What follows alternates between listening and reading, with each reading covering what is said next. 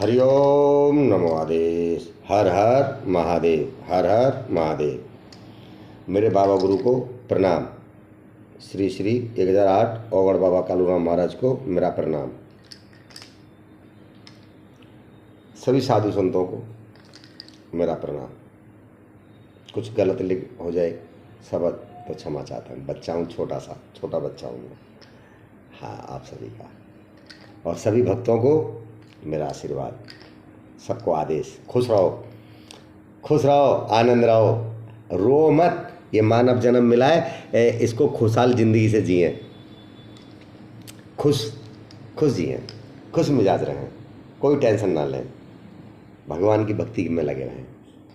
जो साधक हैं, जो साधिकाएँ हैं, जो मेरी माता बहन भी साधनाएँ करती हैं, सबको मेरा प्रणाम, सभी भक्तों को। तो मैं आप भक्तों सभी का एक कमेंट आ रहे थे काम धंधे के मामले में, गुरुजी कोई वीडियो बनाए। तो मैं आपको कहूँगा, हमारे घर के काम धंधे, हमारा बिजनेस, घर में छोटी मोटी बीमारियाँ, पशुओं का बीमार होना, घर में दर्द पीड़ाएँ, रोग पीड़ा आना, कमर में दर्द होना, माता बहनों के दिक्कतें होना, मियाँ बीवी में झगड़े हो जाने,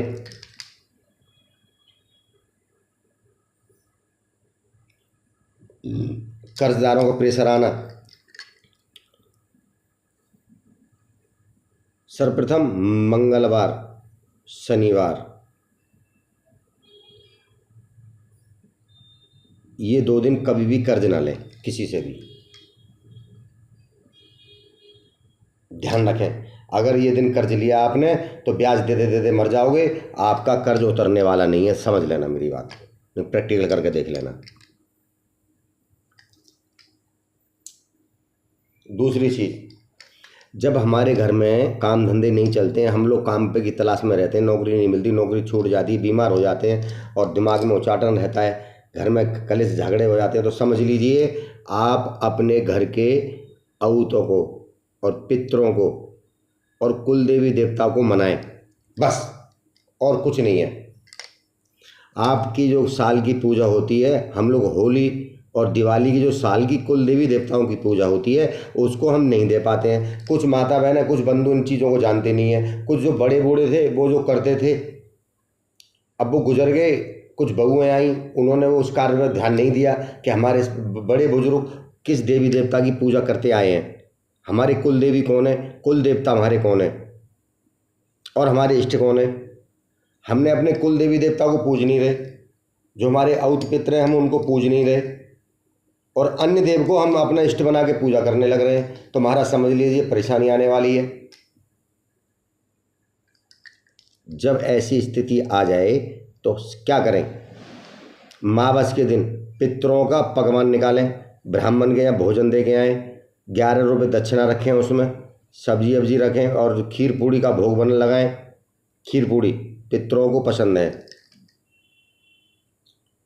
इन पितरों में और औतों में सबसे पावरफुल देव होते हैं हमारे घर के जो देव हैं, औत देवता बहुत पावरफुल होते हैं।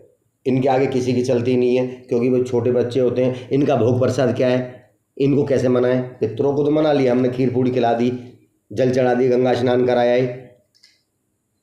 इनके लिए मनाएं, औतों के लिए। औतों का भोग है, औतों की भोग प्रसादी है क्या? औतों की भोग प्रसादी है दूध में 2-4 शक्कर के दाने डालें। औतों को दूध देने जाएं तो नीम की जड़ में दूध डालें। पितरों के नाम का लोटा जल का पीपल की जड़ में चढ़ाएं, नीम की जड़ में चढ़ाएं दूध। और कभी भी शाम को 1 गिलास में दूध ले लीजिए, उसमें शक्कर डाल लीजिए और औत का नाम लेके पीपल पर नीम की जड़ में चले जाइए। शाम को अनटोके, किसी को कुछ ना बोले और बोलिए कि मेरे घर के औत देवता हैं, इस नीम पे में इनका वास है और आप आए दूध प्रदान करें और मेरे ऊपर रक्षा करें। तो देखिए वो खुश हो जाएंगे।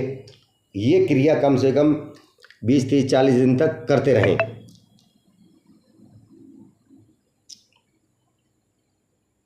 कुल देवी देवता की जो पूजा है, आपकी कुल देवी कौन है? कुल देवी की पूजा है तो होली और दिवाली, ये साल में 2 बार, होली और दिवाली, कुल देवी देवताओं का भोग प्रसाद जरूर लें, अग्यारी उनकी जरूर करें।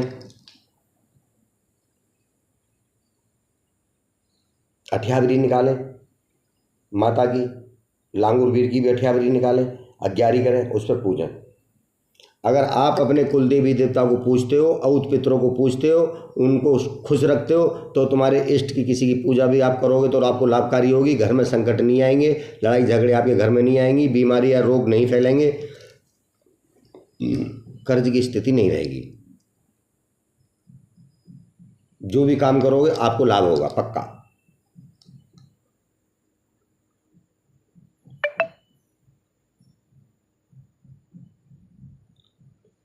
जिन्होंने हमें नाम दिया, स्थान दिया, संसार में जीने के लिए एक शरीर, मानव शरीर मिला, हम उन्हीं को भूले बैठे हैं महाराज।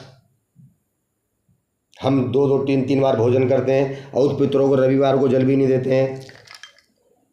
औतों को पितरों को जल दें रविवार, मावस, एकादशी, पूर्णमासी।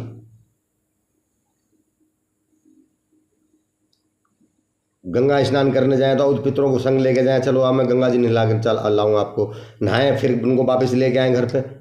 जो गंगा जल आए उनको गाँव में, घर में, खेतों में स्थान जो बना होता है उनके ऊपर जाके चढ़ाएं। घर में जाएं बाद में, पहले गंगा जल वहाँ चढ़ाएं, वहाँ अगरबत्ती लगाएं, अगरबत्ती लगाएं, धूपबत्ती लगाएं। जो चुनौरी लाए वो प्रसाद, उनको पहले गंगा जल से स्नान कराओ, चुनौरी रख दी और हाथ जोड़ लीजिए, प्रणाम करिए उनको। तुम्हारे घर के देवी देवता हैं, तुम्हारे घर के बॉडी गार्ड हैं, तुम्हारे घर के रक्षक हैं। जब हम इनको भोग प्रसाद नहीं देंगे तो बाहर का कोई भी शत्रु किसी तंत्र क्रिया को हमारे घर में आसानी से घुसाने में उसे कोई दिक्कत ही नहीं होगी, क्योंकि हमारे पावरफुल नहीं है हमारे औत पित्र। हम उनको भोग प्रसाद नहीं दे रहे हैं, वो रुष्ट हैं, तो वो एक तो वो भी परेशान करेंगे, फिर दूसरी अन्य शक्ति भी परेशान करेंगी हमें। फिर हम बाबाओं के पास चक्कर लगाते डोलेंगे, बाबा हमारे घर में क्या हो रहा, मेरा काम धंधा नहीं चल रहा, मेरा ये नहीं हो रहा, मेरा वो नहीं हो रहा। और कुछ भी बच्चे ऐसे भी हैं, कहते हैं मुझे काम धंधा नहीं चल रहा है, तो सुनिए, मंदिर जा रहे हैं, गंगा जी कांवर ला रहे हैं, सारे काम कर रहे हैं और तीर्थ धामों में जा रहे हैं, तो मैं उनको कहूँगा सुनिए, सर्वप्रथम अपने माता पिता घर में हैं तो माता पिता के पहले आशीर्वाद लीजिए, चरण स्पर्श उनका करिए। माता पिता की पूजा करोगे नहीं, कोई भी तुम भगवान की पूजा करोगे, कोई लाभ देने वाली नहीं है महाराज, ये सत्य वचन है। सर्वप्रथम घर के जो माता पिता हैं उनको पूजें, बड़े बुजुर्ग उनका आशीर्वाद लें, फिर कोई भी पूजा करें।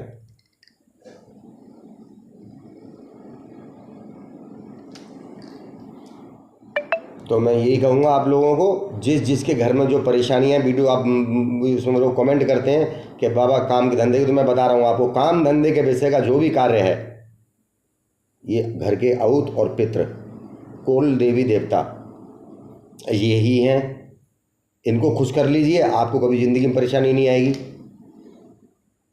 बाहर का किया हुआ तंत्र, बाहर वालों का किया हुआ तंत्र या तो सर खेलेगा, यानी रोगी बन जाएगा बिल्कुल, क्योंकि ये घर के देव नहीं है। घर के देव तो थोड़ा थोड़ा परेशान करेंगे, मीठे मीठी मार मारेंगे। बाहर वाली जो शक्ति आएगी वो हमें क्रोध हो गया आएगी, हावी हो जाएगी हमारे ऊपर, सब कुछ बिगाड़ के रख देगी। और हमें इन चीज़ों का ज्ञान होगा नहीं। हम बाबा लोगों के पास, साधु संतों के पास जाएंगे, उनको भी पता नहीं है, तो वो फिर वहाँ पर लुटने वाले काम होंगे महाराज, लाभ भी नहीं होगा। हाँ, किसी के पास जाने की कोई आवश्यकता नहीं है, किसी के पास जाने की कोई आवश्यकता नहीं। हाँ, सिर्फ अपने घर के कुल देवी देवताओं को मनाना चालू कर दीजिए, औत पितरों का भोजन समय पर उनको दीजिए, और 2 रोटी शाम के समय, सुबह रोटी बनाएं, उनमें से 2 रोटी निकालें, सुबह बनाई हुई रोटियों में से उन रोटियों को ठंडी करके रख लें। शाम को 6 बजे के बाद उन रोटियों पर सरसों का तेल चिपड़ के और दोनों को चिपटा के रोटियों को बाबा को आगे घूमते हैं गलियों में, भैरव बाबा मेरे सवार बाबा के, उनको जाके खिलाया है, चुपचाप जाके हाथ जोड़े आए उनके। ये क्रिया करते रहें और आनंद आपको होते रहेंगे।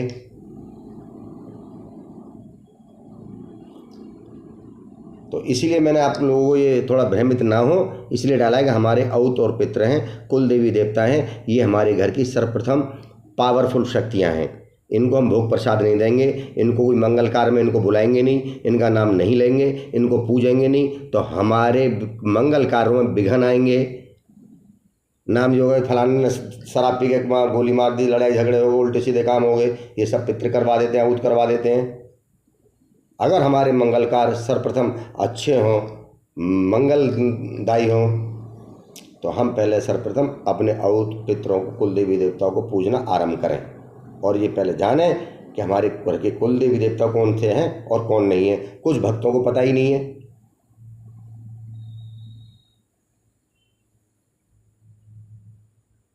बस मैं यही कहूँगा आपको। एक छोटा सा वीडियो डाला है मैंने आप लोगों को इसी कमेंट पे, और मैं जानता हूँ आप सभी को ये वीडियो भाएगा, अच्छा भी लगेगा, और आप करेंगे तो आपको लाभ भी होगा, गारंटी है।